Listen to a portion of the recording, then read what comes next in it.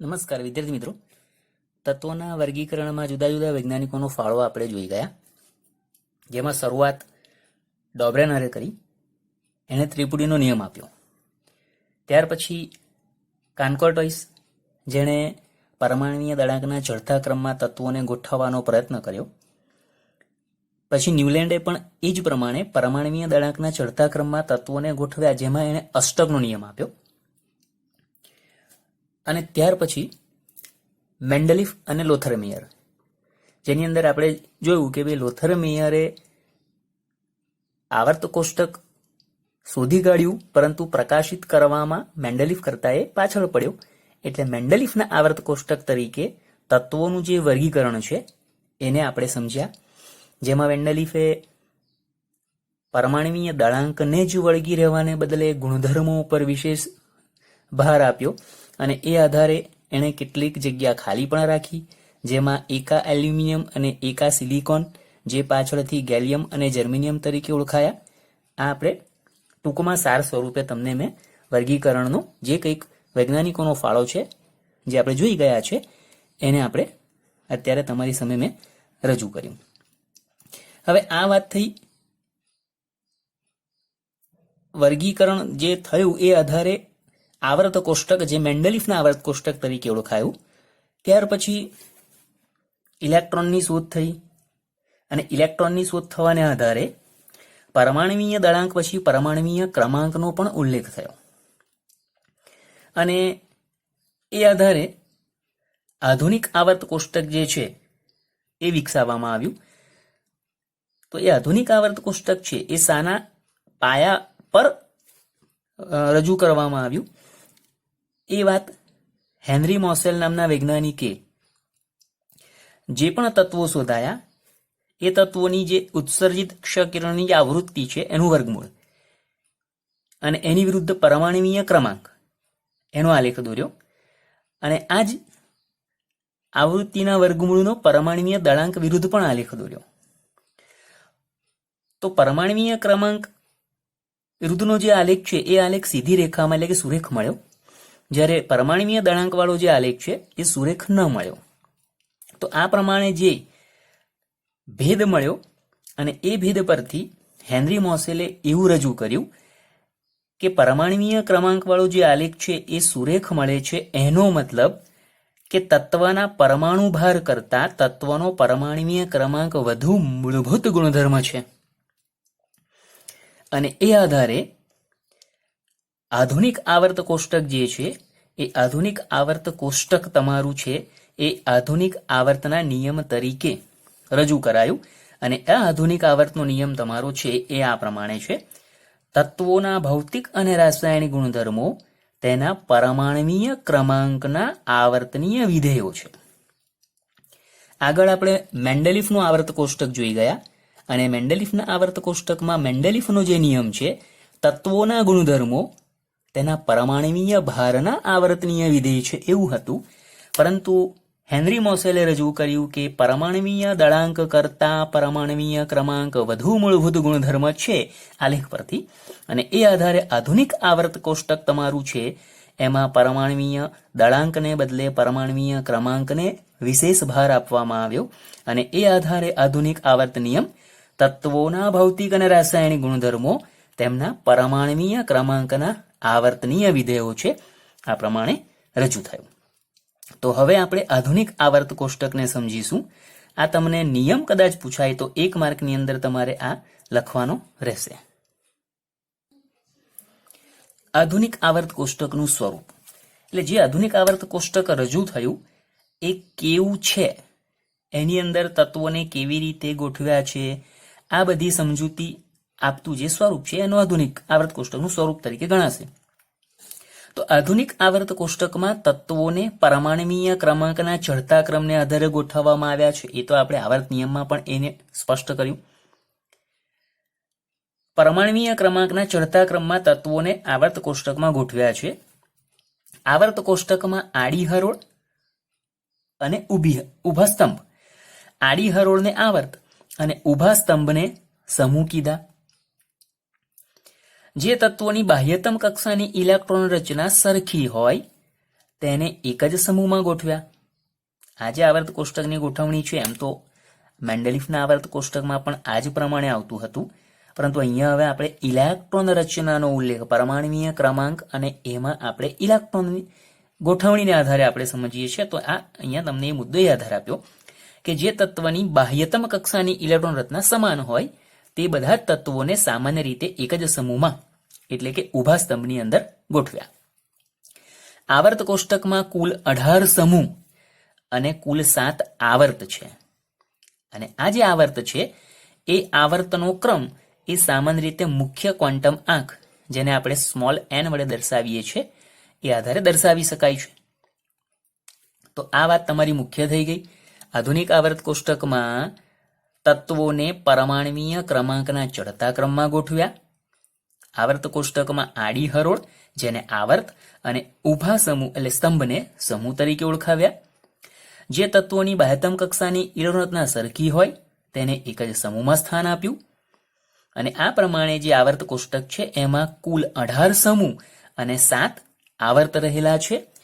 આ આવર્તનો જે ક્રમ છે એ મુખ્ય ક્વોન્ટમ આંક તરીકે દર્શાવી શકાય છે.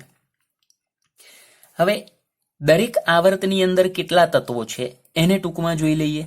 કદાચ તમને હેતુલક્ષી પ્રકારનો પ્રશ્ન આવે અથવા તમને આધુનિક આવર્ત કોષ્ટકનું સ્વરૂપ 3 માર્કનો પ્રશ્ન પૂછાયો તો તમે આ મુખ્ય વસ્તુઓ જે છે એ તમારે લખવાની રહેશે. પ્રથમ આવર્ત 2 તત્વો ધરાવે છે. બીજો અને ત્રીજો આવર્ત 8 તત્વો ધરાવે છે, એટલે બીજા અને ત્રીજા બંનેમાં 8 તત્વો છે. ચોથો અને પાંચમો આવર્ત એ પણ 18 તત્વો ધરાવે છે. છઠ્ઠા આવર્તમાં 32 તત્વો છે, જ્યારે સાતમો આવર્ત છે એ અપૂર્ણ છે, અધૂરો છે. પરંતુ બીજા ત્રીજામાં 8, ચોથા પાંચમામાં 18, તો સ્વાભાવિક છે કે છઠ્ઠા સાતમામાં પણ 32 તત્વો હોઈ શકે. એ આધારે સૈદ્ધાંતિક રીતે છઠ્ઠા આવર્ત જેટલા એટલે 32 તત્વો એની અંદર પણ હશે. એમ તો તમે આવર્ત કોષ્ટક જોશો એટલે એમાં શોધાઈ ગયા છે, હજુ એને વિધિવત નામ આપવાના બાકી છે, એટલે એ આધારે અહીંયા અપૂર્ણ લખ્યો છે. પરંતુ જે બીજા ત્રીજા અને ચોથા પાંચમાની અંદર જે તમારા સંખ્યા સરખી આવે છે એ આધારે અહીં પણ 32 નો ઉલ્લેખ કર્યો છે. છઠ્ઠા અને સાતમા આવર્તમાં પાછા 14 તત્વો જે છે જેને અલગ નીચે આડી હરોળમાં એને રજૂ કરેલા છે. તો આ એકદમ ટૂંક સ્વરૂપમાં જે આવર્ત કોષ્ટક છે એની અંદર 7 આવર્ત છે તમારા, એમાં કેટલા તત્વોનો સમાવેશ થયેલો છે એને અહીંયા તમને સમજાવેલું છે. તો આ થયું આધુનિક આવર્ત કોષ્ટકનું સ્વરૂપ, જે આપણે 3 માર્કની અંદર સામાન્ય રીતે પૂછી શકાય, અથવા તો તમને આમાંથી કોઈ પણ એક હેતુલક્ષી પ્રશ્ન ગમે તે પ્રકારનો પૂછી શકાય, એ પ્રમાણે તમે તૈયાર કરી શકો છો. ત્યાર પછી બીજો એક હેતુલક્ષી પ્રકારનો પ્રશ્ન જે પૂછી શકાય એવો ટોપિક તમારો 100 થી વધુ પરમાણુ ક્રમાંક વાળા તત્વોનું નામકરણ. હવે આજે આપણે નામકરણ જોઈશું. એ નામકરણ તમારે IUPAC નિયમ આધારિત આપણે એને સમજવાનું છે. International union of pure and applied chemistry, IUPAC, C લખવાનું રહી ગયો છે. એણે સૂચવ્યા મુજબ 100 થી વધુ પરમાણુ ક્રમાંક ધરાવતા જે તત્વો છે તેનું સમર્થન અધિકૃત ન થાય ત્યાં સુધી તેના નામકરણ માટે શું કરવાનું છે નિયમ આધારિત, એ તમને અહીંયા સ્પષ્ટ કર્યું છે. એટલે આપણે નામકરણ જ સીધું પૂછાય અથવા તો તેની સંજ્ઞા પૂછાય, 2 જ વસ્તુ આવશે. એટલે આપણે એ જ સીધું તૈયાર કરવાનું છે, પણ આ તમને ખ્યાલ આવે એટલા માટે. તો તમારું જે પણ 100 કરતા વધુ પરમાણુ ક્રમાંક વાળું જે પણ તમારું તત્વ છે એનો જે પણ અંક હોય એમાં 0 થી 9 નો તમારો અંક આવવાનો. તો 0 થી 9 સુધીનો જે પણ તમારો સંખ્યાદર્શક અંક છે એને એક કોષ્ટક તમારી બુકમાં આપેલું છે, એ કોષ્ટક મુજબ નક્કી કરવાનું.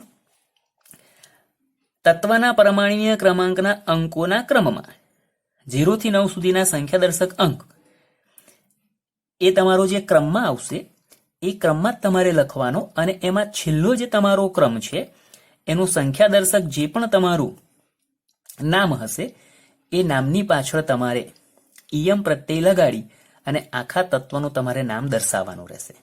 તો પહેલા આપણે 0 થી 9 સુધીના જે તમારા સંખ્યાદર્શક અંક છે એ સંખ્યા દર્શક અંકના આપણે અહીંયા નામ કયા છે એને જોઈ લઈએ અને એનું ટૂંકું સ્વરૂપ પણ જોઈ લઈએ. 0 એટલે નીલ, NIL. 1 અન, UN. 2 BI. 3 TRI. 4 QUAD, Quad તરીકે આપણે એને ઉચ્ચારી શકીએ. 5 PENT, pant. 6 HEX, hex. 7 SEPT, CEPT. 8 OCT, ઓક્ટ. અને 9 છે તો એને ENN તરીકે આપણે ઉચ્ચારી શકીએ. આ લખવા માટે હવે એનું સંજ્ઞા સ્વરૂપ પૂછાય ત્યારે ટૂંકું સ્વરૂપ તો દરેકનો તમારું જે પ્રથમ લેટર છે એ અહીંયા લીધો છે. નીલ, N, અન, U, B, એનો BI નો B લીધો. ટ્રી તો T, Quad Q, pant P, hex H, CEPT S, ઓક્ટ O અને N નો E. તમે જોઈ શકો છો આમાં એકેય જગ્યાએ એક પણ તમારો જે લેટર છે એ રિપીટ થતો નથી, બધા જ જુદા જુદા છે અને એટલે તમે કન્ફ્યુઝ પણ નહીં થઈ શકો. અને એટલા માટે બાકી નોર્મલી આપણે હેગ્સ અને હેપ્ટ જ્યારે આપણે ઓર્ગેનિક ભણીશું ત્યારે તમને ખ્યાલ આવશે. તો બંને પછી તમે લખવા જાઓ તો બંનેમાં પહેલો તમારું લેટર H જ આવે, એટલે અહીંયા તમે ગૂંચવાઓ નહીં. એટલા માટે IUPAC આધારિત આ 0 થી 9 સુધીના અંક છે એને આ પ્રમાણે નામ આપ્યા છે. આ તમારે તૈયાર કરવાના. આ આવડશે તો નામકરણ કરવામાં કોઈ તકલીફ નહીં પડે, જે હવે અહીંયા આપણે ઉદાહરણ સ્વરૂપે જોઈએ. દાખલા તરીકે આપણે 101 ને લીધો. 1 છે તો અન, UN. 0 છે તો NIL લખીશું અને પાછો 1 આવ્યો તો UN તો લખવાના જ. એટલે તમારો 101 માટે અન, નીલ, અન તો થાય, પણ અહીં તમને શું કીધું કે છેલ્લે તમારો જે અંક આવે છે એમાં EM પ્રત્યય લગાડવાનો. એટલે તમારે છેલ્લે તમે જે પાછો અન લખ્યો એમાં IUM અંગ્રેજીમાં લખીશું, એટલે IUM તો તમારે એ જ પ્રમાણે જુઓ અહીંયા 101 માટે લખ્યું અન, નીલ, અન, IUM અને એને સંજ્ઞા સ્વરૂપે લખીએ તો અનનો U, નીલનો N અને ફરી પાછો અન છે એનો U એટલે UNU. એની સંજ્ઞા થઈ ગઈ. બીજું 105 તો 1 અને 0 માટે અન અને નીલ તો છે જ.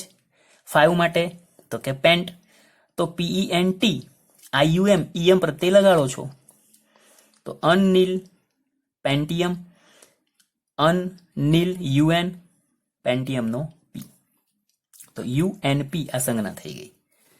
109 અનનીલ, 9 માટે N, ENN તો ENN અને IUM, EM પ્રત્યય UNE આ સંજ્ઞા થઈ ગઈ.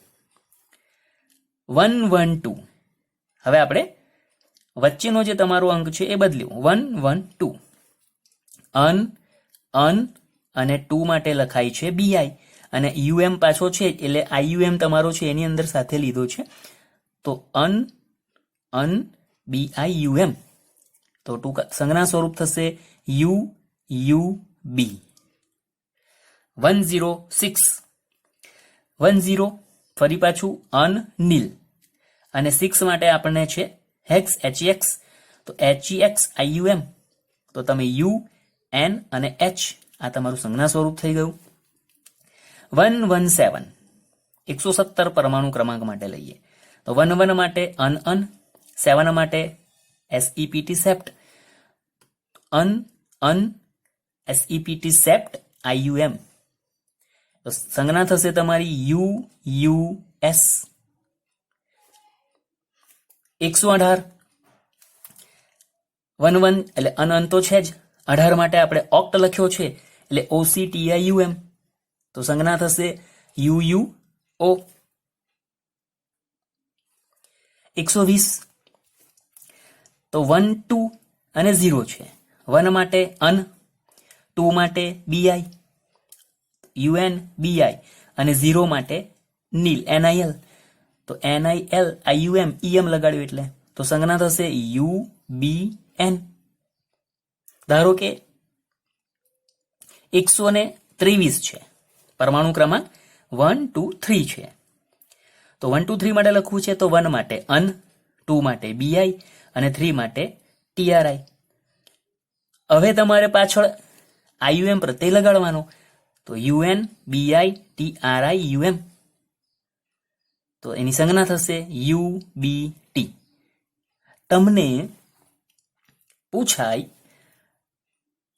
તો કાં તો પરમાણુ ક્રમાંક પરથી નામ અથવા પરમાણુ ક્રમાંક આધારિત એની સંજ્ઞા આવે. સંજ્ઞા પરથી તમને કદાચ નામ આવી શકે અથવા સંજ્ઞા પરથી તમને પરમાણુ ક્રમાંક પણ ઊંધું પણ આવે અને છતું પણ આવે. ટૂંકમાં તમને આ ટેબલ આવડશે અને પ્રત્યય ઈએમમાં આઈયુએમ પ્રત્યય લગાડવાનો છે આટલો ખ્યાલ હશે તો તમને કોઈ પણ પરમાણુ ક્રમાંક, એ પછી તમને જે આપણી બુકમાં નથી અને કાલ્પનિક રીતે તમે કોઈ એવું તત્વ કે જેનો પરમાણુ ક્રમાંક ઘણો વધારે છે એવું કોઈ પણ તત્વ પૂછાય 3 અંકવાળું, તો તમે સરળતાથી એને લખી શકશો. એટલે આટલી વસ્તુને ધ્યાનમાં રાખવાની છે. આ તમારો હેતુલક્ષી પ્રકારનો એક મુદ્દો છે અથવા ટોપિક છે.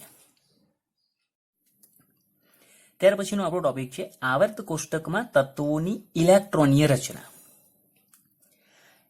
એટલે આવર્તની અંદર જે પણ તત્વો છે એ દરેક આવર્તમાં રહેલા તત્વો છે એની ઇલેક્ટ્રોન રચના કયા પ્રકારની હશે, પ્રથમ તત્વની કઈ હશે, અંતિમ તત્વની કઈ હશે, કુલ કેટલા તત્વો હશે, આને અહીંયા ટૂંકમાં સમજાયું છે. આ પણ તમારી જાણકારી માટે છે, તમારા નોલેજમાં હોવું જોઈએ. કારણ કે આ ઇલેક્ટ્રોન રચના આધારિત પણ એમ જોવા જઈએ તો આવર્ત કોષ્ટકનું અહીંયા તમને આધુનિક આવર્ત કોષ્ટક છે એનું સ્વરૂપ સમજાવવાનો અહીંયા પણ પ્રયત્ન છે. જે આગળ જોઈ ગયા છે એને થોડું વિસ્તૃત રીતે અહીંયા આપણે હવે સમજવાનું છે ઇલેક્ટ્રોન રચનાને ધ્યાનમાં રાખીને. તો એમાં આપણે 2 રીતે જોઈશું, કારણ કે આવર્ત કોષ્ટકને 2 ભાગમાં વિભાજિત કર્યું છે. આડી હરોળ આવર્ત અને ઊભો તમારો જે સ્તંભ છે એને સમૂહ કીધો. તો આવર્તમાં ઇલેક્ટ્રોન રચના અને સમૂહમાં ઇલેક્ટ્રોન રચના બંને રીતે સમજવાનું છે. તો આવર્તમાં તમારી ઇલેક્ટ્રોન રચના કયા પ્રકારની હશે એના ઉપર આપણે વિશેષ અહીંયા ભાર આપીશું, કારણ કે એ વધારે વિસ્તૃત રીતે આપેલું છે એટલા માટે. આવર્તક્રમ બાહ્યતમ કક્ષા અથવા સંયોજકતા કોષ માટે, જેને આપણે મુખ્ય ક્વોન્ટમાર્ક સ્મોલ એન સંજ્ઞા વડે જે છે દર્શાવીએ છીએ, તો સ્મોલ એન નું મૂલ્ય દર્શાવે છે. આ વાત આપણી આગળ થઈ ગઈ. આવર્ત એટલે આપણે એને બાહ્યતમ કક્ષા અહીંયા ગણીશું, તે બાહ્યતમ કક્ષા, સંયોજકતા કક્ષા પણ કહીશું અને એને આપણે મુખ્ય ક્વોન્ટમ આંક એન વડે દર્શાવવાનો છે. આવર્ત ક્રમ વધે તેમ મુખ્ય શક્તિ સ્તર એટલે કે મુખ્ય ક્વોન્ટમ આંક એન નું મૂલ્ય પણ વધે છે. તો એ પણ આપણને ખ્યાલ આવે. કેન્દ્રથી જેમ તમે આગળ વધતા જશો, દૂર જતા જશો, એમ તમારું મુખ્ય ક્વોન્ટમ આંકનું મૂલ્ય વધશે.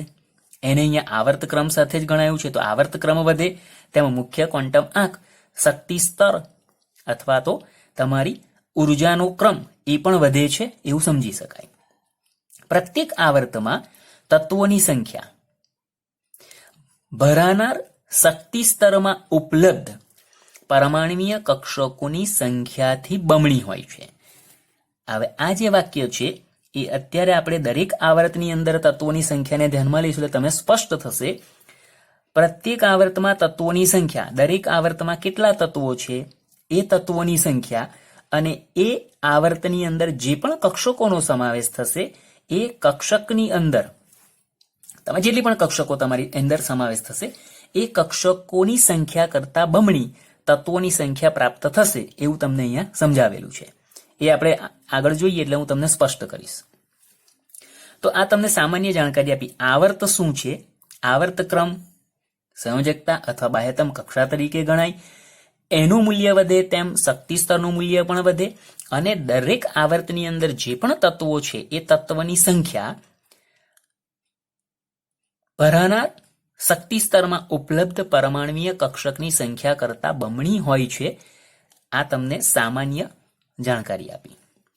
હવે આપણે એને દરેક આવર્તની અંદરના તત્વોની ઇલેક્ટ્રોન રચના આધારે આપણે સમજીએ. તો પ્રથમ આવર્ત n=1 થી આપણે દર્શાવીએ છીએ. તો પ્રથમ આવર્તની અંદર હવે તમારી જે કક્ષકો આવશે પરમાણ્વીય કક્ષકો, તો એની અંદર સ્વાભાવિક છે પ્રથમ આવર્ત કેન્દ્રથી નજીકનો છે એટલે તમારી ઓછામાં ઓછી ઉર્જા ધરાવતી કક્ષક s થી શરૂ થાય. પહેલા આવર્તમાં છે એટલે 1s આવે.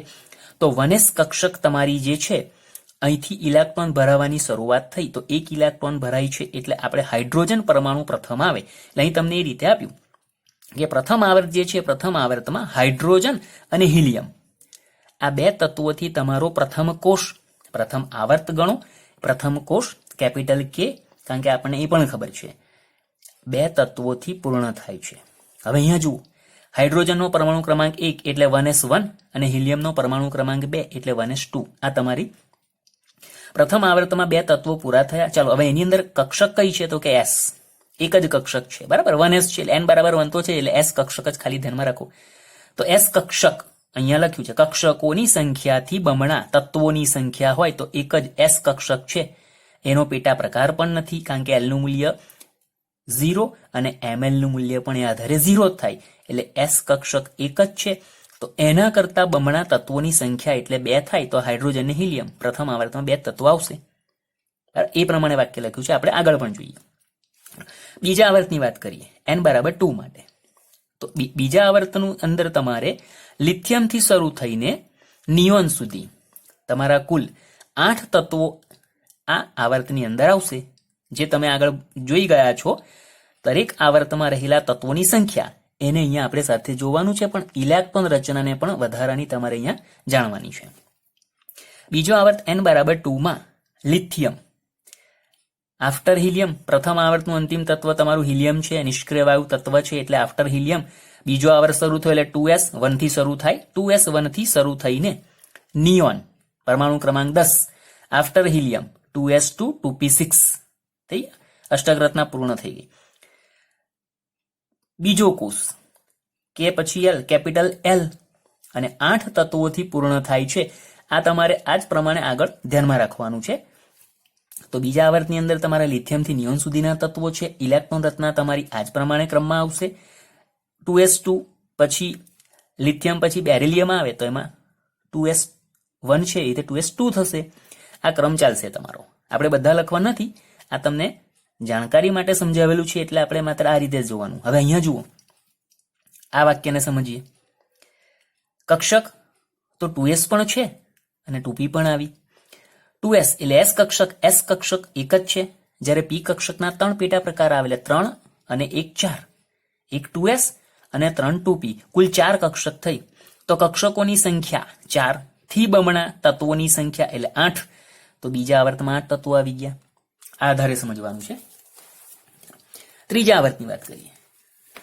ત્રીજા આવર્ત n બરાબર 3 માં સોડિયમ. બીજા આવર્તનું અંતિમ તત્વ નિયોન. તમને ઇલેક્ટ્રોન રચના કેવી રીતે લખાય એ મેં તમને જે સમજાવેલું છે બીજા ચેપ્ટરમાં, તે આધારે હવે તમને વસ્તુ સ્પષ્ટ થઈ જવી જોઈએ. આફ્ટર નિયોન 3s1, ત્રીજો આવર્ત શરૂ થયો એટલે 3s થી શરૂ થાય, 3s1 થી શરૂ થઈને argon after helium 3s2 3p6. ત્રીજો કોષ કેપિટલ કે પ્રથમ માટે, કેપિટલ L બીજા માટે, અહીંયા તમારો આવશે કેપિટલ M. 8 તત્વોથી પૂર્ણ થાય છે. ત્રીજા આવર્તમાં પણ 8 તત્વો છે. આમાં પણ તમારે S અને P બે જ કક્ષકોનો ઉલ્લેખ છે. P 3, S ની 1 4, તત્વોની સંખ્યા બમણી 8 થઈ. ચોથો આવર્ત n બરાબર 4 માં પોટેશિયમ આફ્ટર આર્ગોન 4s1, ચોથો આવર્ત આવ્યો એટલે 4s, 4s1 થી શરૂ થઈ krypton after argon 4s2 3d10 4p6. આ તમારું કુલ અહીંયા હવે જે આવશે 18 તત્વો થી તમારો ચોથો આવર્ત પૂર્ણ થાય છે. અને m પછી n નો વારો આવે, કેપિટલ n થી પૂર્ણ થાય છે. હવે અહીંયા s, p અને d, વધારાની d આવી. p અને s, s અને p થી આપણને ખબર છે 4 કક્ષક થાય. d ની કેટલી પેટા કક્ષક? તો કે 5. તો 5 ને 4 9.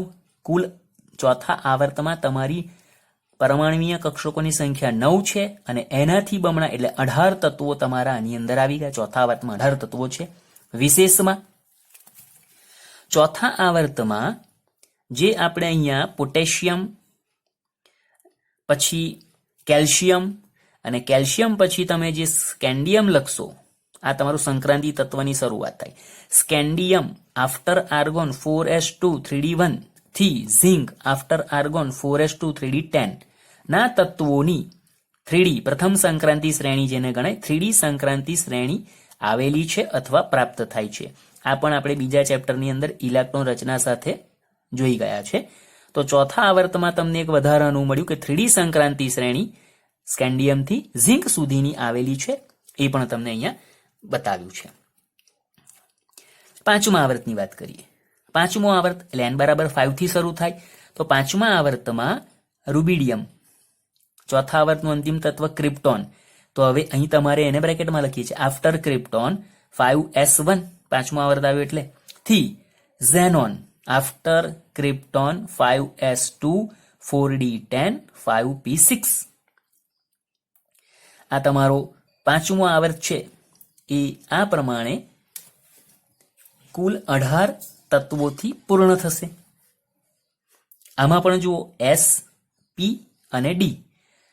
P ના 3, D ના 5, 5 ને 3 8 અને S ની 1 9 ને બધું 18 તત્વો તમારા પાંચમા આવર્તમાં આવેલા છે, આપણે જોઈ ગયા છે. પાંચમા આવર્તની અંદર પણ yttrium after krypton 5s2 4d1 એટલે તમારા સ્કેન્ડિયમની નીચેનું તત્વ હશે આવર્ત કોષ્ટકમાં. થી cadmium after krypton 5s2 4d10 આ તમારા ઝિંકની નીચેનું તત્વ ના તત્વોની તમારી દ્વિતીય સંક્રાંતિ શ્રેણી એટલે 4d સંક્રાંતિ શ્રેણી પ્રાપ્ત થાય છે. એટલે પાંચમા આવર્તમાં પણ તમારી સંક્રાંતિ શ્રેણી યટ્રિયમથી કેડમિયમ સુધીની છે, એ તમને અહીંયા વધારાનું આપ્યું છે. છઠ્ઠો આવર્ત n બરાબર 6 થી. છઠ્ઠા આવર્તમાં સિઝિયમ આફ્ટર ઝેનોન 6s1 થી radon after xenon 6s2 4f14 5d10 6p6. આ તમારી છઠ્ઠા આવર્તનું અંતિમ તત્વ સિઝિયમથી રેડોન સુધીના. આની અંદર 32 તત્વો આવેલા છે એવું આપણે જોઈ ગયા છે. તો 32 તત્વો હવે કેવી રીતે ગણવાના? તો તમારી પાસે એનો મતલબ છે કે 16 કક્ષકો, પરમાણ્વીય કક્ષકો 16 હોવી જોઈએ. હવે જુઓ 6s થી શરૂ થાય ઇલેક્ટ્રોન રચનાના ક્રમમાં આપણે એવું જોઈ ગયા છે આઉફબાઉ નિયમ મુજબ કે 6s પછી 4f નો વારો આવે એટલે તમારે જુઓ 6s પછી 4f આવી, પછી 5d, પછી 6p.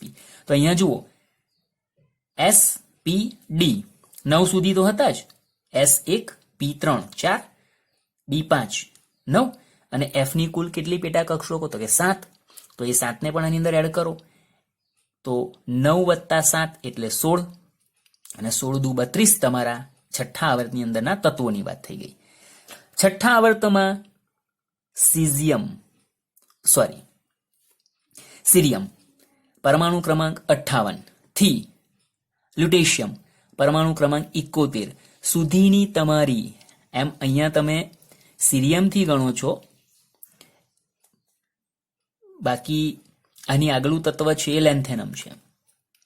તો લેન્થેનમ થી તમારી પછીના જે 14 તત્વોની આ શ્રેણી છે સીરિયમથી લ્યુટેશિયમ સુધીના, આ જે તમારા 14 તત્વો છે એ 14 તત્વોની જે શ્રેણી છે, કારણ કે એમાં F4f કક્ષક તમારી એમાં ઇલેક્ટ્રોન દાખલ થવાના, એટલે એ આધારે F વિભાગના તત્વો ધરાવતી આ તમારી શ્રેણી છે, એને લેન્થેનોઇડ શ્રેણી તરીકે ઓળખાવી છે. એટલે લેન્થેનોઇડ શ્રેણી તમારી છે જેને આપણે આંતર સંક્રાંતિ શ્રેણી તરીકે ઓળખાવી છે. તો એનો અહીંયા છઠ્ઠા આવર્તમાં સમાવેશ થાય છે.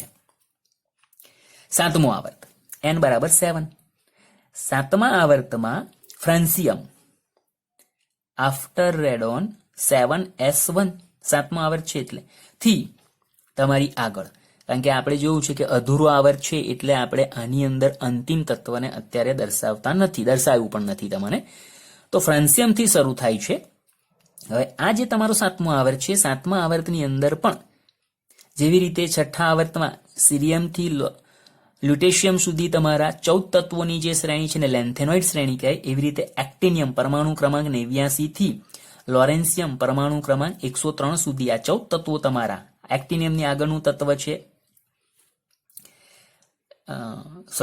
એક્ટિનિયમ પછી તમારે આ તમારું ડી વિભાગનું તત્વ છે.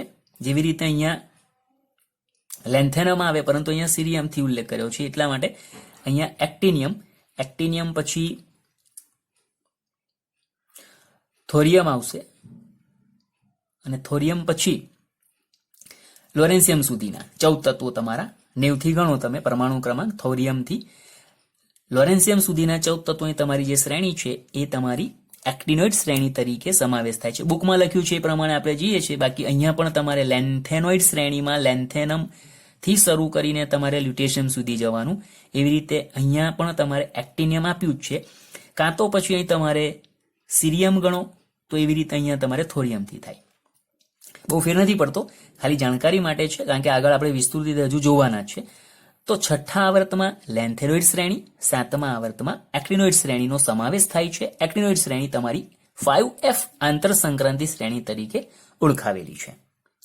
તો આ જે છે એ આવર્ત કોષ્ટકમાં આવર્તમાં રહેલા જે તત્વો છે એ તત્વોની ઇલેક્ટ્રોન રચનાની તમને ટૂંકમાં સમજૂતી અને સાથે સાથે ચોથા પાંચમા આવર્તમાં તમારી 3D 4D સંક્રાંતિ, છઠ્ઠા સાતમા આવર્તમાં તમારે 4F અને 5F આંતર સંક્રાંતિ તત્વોનો પણ સમાવેશ થાય છે એ તમને અહીંયા સ્પષ્ટ કર્યું છે. એ જ પ્રમાણે જઈએ તો સમૂહમાં આવે. સમૂહમાં રહેલા તત્વોની ઇલેક્ટ્રોનીય રચના તો એ તો આપણે શરૂઆતમાં જોઈ ગયા કે જે તત્વની બાહ્યતમ કક્ષાની ઇલેક્ટ્રોન રચના સરખી હોય તેવા તત્વોને એક જ સમૂહમાં સ્થાન આપેલું છે. એક જ સમૂહમાં છે, ઇલેક્ટ્રોન રચના સરખી છે એટલે એક જ કુટુંબના પણ કહેવાય. એટલે સમૂહ ગણો, કુટુંબ ગણો એ બધું તમારું આની અંદર ગણાય. એને આપણે સ્તંભ તરીકે ગણ્યું. તો એ અહીંયા તમને એ સમજાયું છે. એક જ સમૂહ અથવા સ્તંભમાં રહેલા તત્વોની સંયોજકતા કોષની ઇલેક્ટ્રોન રચના સમાન હોય છે. તેમની બાહ્યતમ કોષમાં ઇલેક્ટ્રોનની સંખ્યા સરખી હોય અને તેથી તેમના ગુણધર્મો પણ સમાન હોય છે. દાખલા તરીકે હવે આપણે એમાં સમૂહ એક લઈએ, એ તમારો આલ્કલી ધાતુઓનો સમૂહ કહેવાય. તો એની અંદર બાહ્યતમ કક્ષાની બધાની જ ઇલેક્ટ્રોન રચના જે છે એ તમારી NS1 પ્રકારની આવશે. સમૂહ 17 ની વાત કરીએ તો 17માં સમૂહ એટલે હેલોજન તત્વોનો તમારો સમૂહ થયો. એમાં બાહ્યતમ કક્ષાની ઇલેક્ટ્રોન રચના સામાન્ય ઇલેક્ટ્રોન રચનાની વાત ચાલે છે. NS2 NP5 આવશે. બધામાં જ તમારે p કક્ષકમાં 5 ઇલેક્ટ્રોન હશે. સમૂહ 18 ની વાત કરીએ, તમારો નિષ્ક્રિય વાયુ તત્વોનો અથવા ઉમદા વાયુઓનો સમૂહ, તો જેની સંયોજકતા કક્ષકની ઇલેક્ટ્રોન રચના લખીશું તો અષ્ટક રચના પૂર્ણ છે એટલે NS2 NP6 થશે. તો આવી રીતે દરેક સમૂહના તત્વની તમારી જે સંયોજકતા કક્ષકની ઇલેક્ટ્રોન રચના છે એ સમૂહની અંદર એક સમાન હશે અને ઇલેક્ટ્રોન રચના તમારી સમાન છે એટલે ઇલેક્ટ્રોનની સંખ્યા સમાન છે એટલે તેમના લગભગ ભૌતિક રાસાયણિક ગુણધર્મો પણ તમારા સમાન હોય. હા, પ્રતિક્રિયાત્મકતામાં ફેરફાર હોઈ શકે પરંતુ ગુણધર્મો સમાન રહેશે, કારણ કે ગુણધર્મો સમાન છે, ઇલેક્ટ્રોન રચના સમાન છે એટલા માટે, અને એટલે જ તેમને એક જ કુટુંબના સભ્યો અથવા તત્વો તરીકે પણ ઓળખાવી શકાય છે.